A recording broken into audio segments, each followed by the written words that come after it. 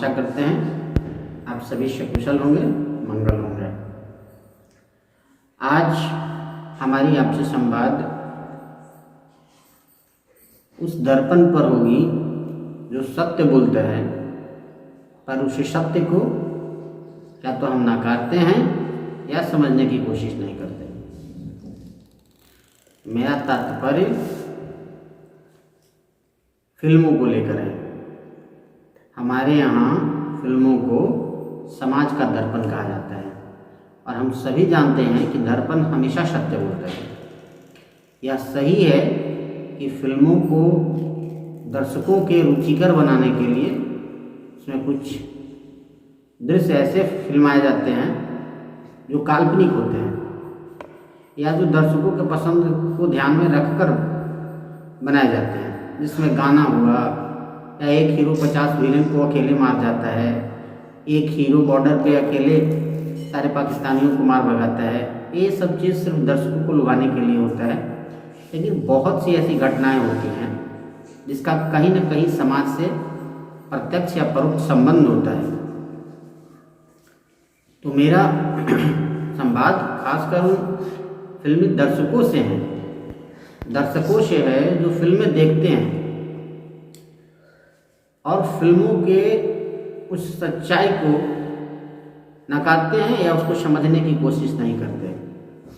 अर्थात जब कभी हम फिल्में देखते हैं तो बहुत सारे फिल्मों में ऐसा दिखाया गया है कि हमारे बीच के बहुत से ऐसे लोग हैं जो हमें लालचवश फंसा लेते हैं और लालच में फंस जाने के बाद हमसे गलत काम करवाते हैं। बहुत सारा फिल्मों में ऐसा दृश्य फिल्माया गया है कि कहीं कॉलेज में एक विद्यार्थी को उसके मजबूरी का फ़ायदा उठाकर उसको लालच में डालकर या किसी भी दूसरे हथकंडे अपनाकर कुछ लोग अपने गिरोह में फंसा लेते हैं और उससे फिर गलत काम करवाते हैं। ऐसा बहुत सारा दृश्य आता है जहाँ यह देखने को मिलता है कि चीटर प्रवृत्ति के लोग, बुरे प्रवृत्ति के लोग इसी तरह से अपने दोस्तों को, दोस्त में महिला दोस्त भी हो सकती हैं, पुरुष दोस्त भी हो सकते हैं, उनको विश्वास में लेते हैं और विश्वास में लेने के बाद उनके साथ गलत करते हैं या नाइंसाफ़ी करते हैं। ऐसे दृश्य बहुत फिल्मों में होता है। लेकिन आज के युग के जो दर्शक हैं, फिल्मों के दर्शक हैं, वे इन सभी चीज़ों को देखते हैं पर देखने के बाद सबक नहीं लेते और सबक नहीं लेते जिसका परिणाम होता है कि हमारे यहाँ लोग दिन प्रतिदिन बुरे फंसते जा रहे हैं। आज हमारे समाज में ड्रग्स का धंधा बहुत तेज़ी से फल फूल रहा है और इस ड्रग्स के कारोबार में हमारे देश का बड़ा तबका, खासकर युवाओं का बड़ा तबका बर्बाद हो रहा है और युवाओं को इसमें फंसाने के लिए युवाओं का ही इस्तेमाल किया जाता है। धड़ल्ले से पीने वाले भी युवा हैं और इस धंधा को करने वाले भी युवा हैं। तो हम एक बात तो ज़रूर कहना चाहेंगे कि अगर फिल्म एक दर्पण है और दर्पण सदा सत्य बोलता है तो फिल्मों में दिखाई गई चीज़ें भी सत्य की हैं और सत्य होती हैं, तो हम इस सत्य को क्यों नहीं समझते। और यह सत्य है कि सत्य को देखने और समझने के लिए, खासकर सत्य को देखने के लिए स्वविवेक की ज़रूरत होती है कि उसको विवेक से देखा जा सकता है और अगर हम इसको देख कर नहीं समझ रहे हैं तो इसका मतलब है कि हम विवेक से अंधा थे।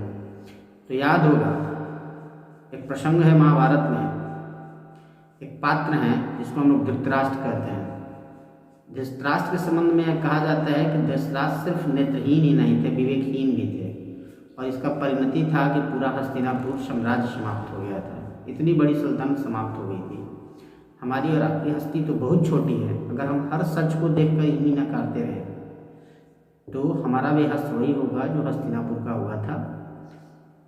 इन्हीं शब्दों के साथ हम अपने देश की युवा पीढ़ी से आग्रह करेंगे कि वे फिल्मों को देखें।